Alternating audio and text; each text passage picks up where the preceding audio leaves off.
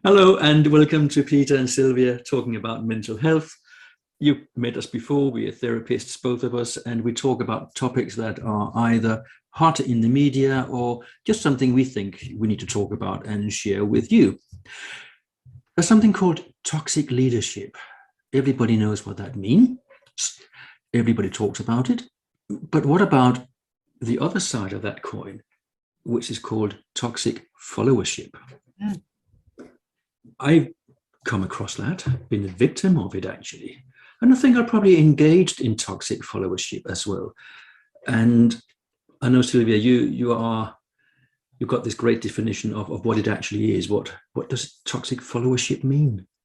Well, according to there's a lot of research, as you just said, there into toxic leadership, less so into toxic followership. But the general definition around toxic followership is around the inability or unwillingness to mesh with the team, a tendency to manipulate others, and performance that is often outnumbered by ethical or moral behaviour.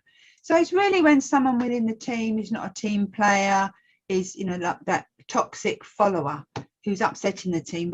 But my angle on toxic followership is slightly different in terms of being in a team where you have a toxic leader, however toxic leadership's defined, but say for argument's sake here, a toxic leader whose behaviours are slightly questionable, and he's hired his team or her team in his own ilk.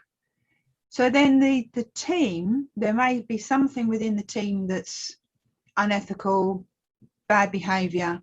Someone wants to speak up, but the rest of the team keep quiet because they've got the same toxic behaviours as their boss.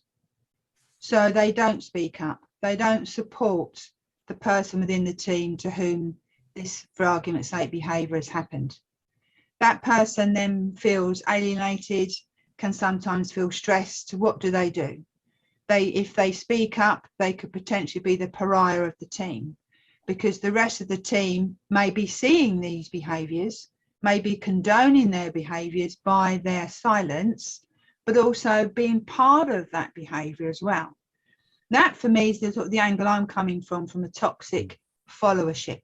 And that, I've been in quite a few, sadly, situations like that. And it's extremely stressful. There's been the one case where many, many years ago, sexual harassment by my boss. Very overt. People saw the post-its that he would leave on my desk. The rest of the team thought it was hilarious and thought it very funny.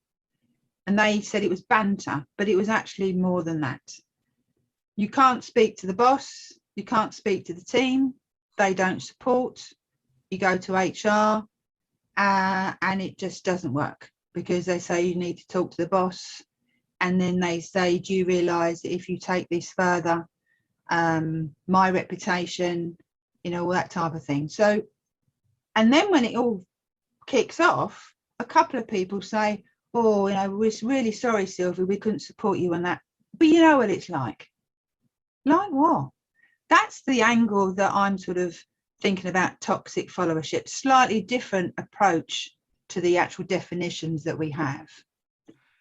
And you were in a situation where the toxic followership was against or happened to be against you. There was no support for you. But you can also have a department, for example, or a team within a bigger context that is so close-knit and has become toxic in their way, so they all think the same. That those other teams or other departments think, oh my God, we cannot get close to these guys because they're so horrible, all of them.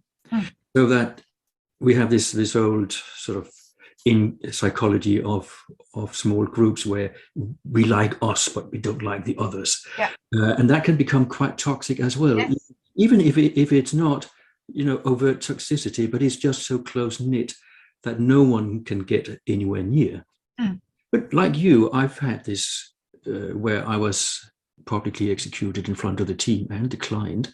And I had some of my colleagues come up to me afterwards and say, oh, you took that really well, or that shouldn't have happened. So, right, thank you. But where were you? Why didn't you speak up at the time? And I never got an answer.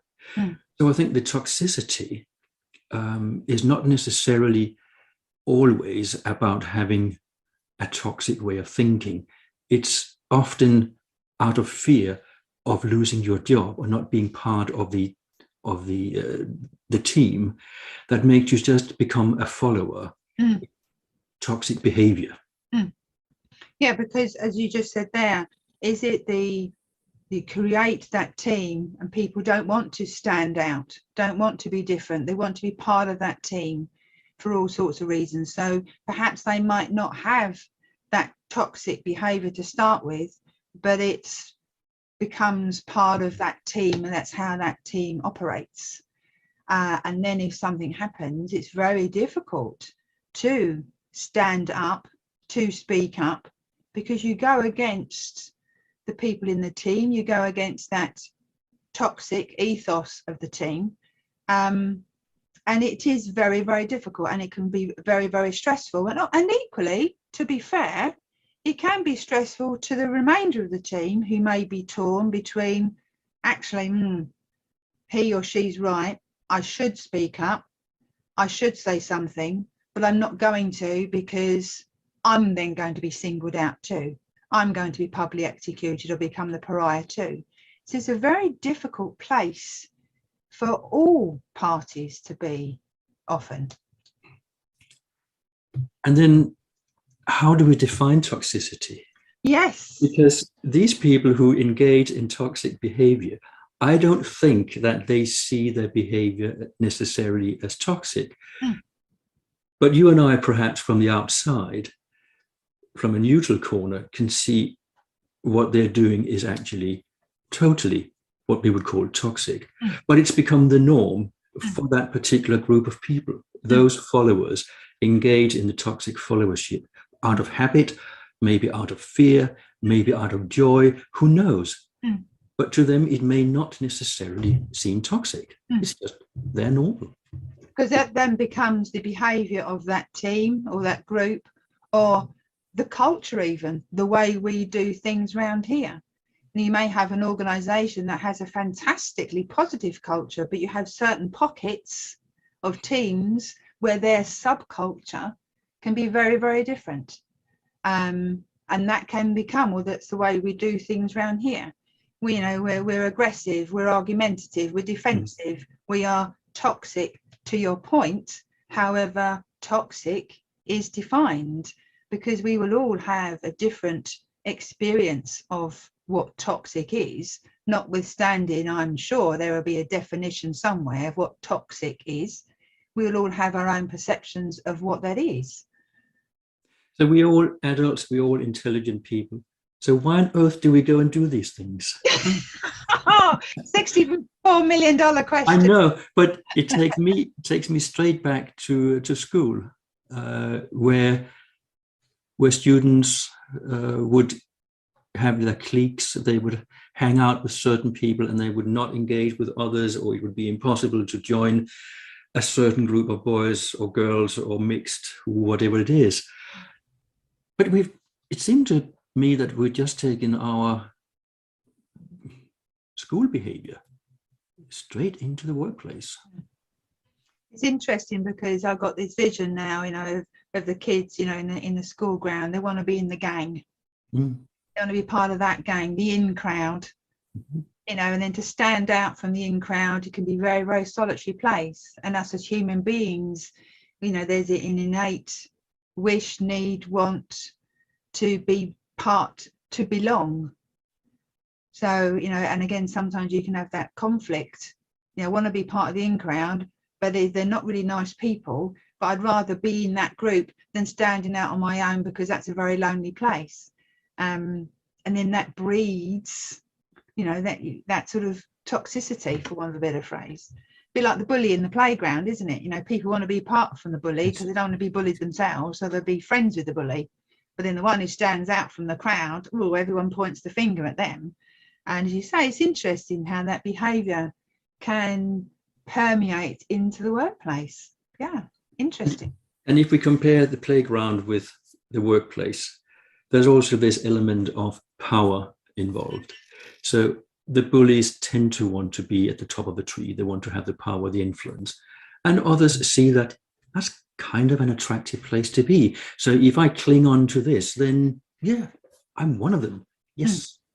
And it's a very childish way of looking at things, but it's also very human behavior, I think, and very difficult to start on your own to stand up against.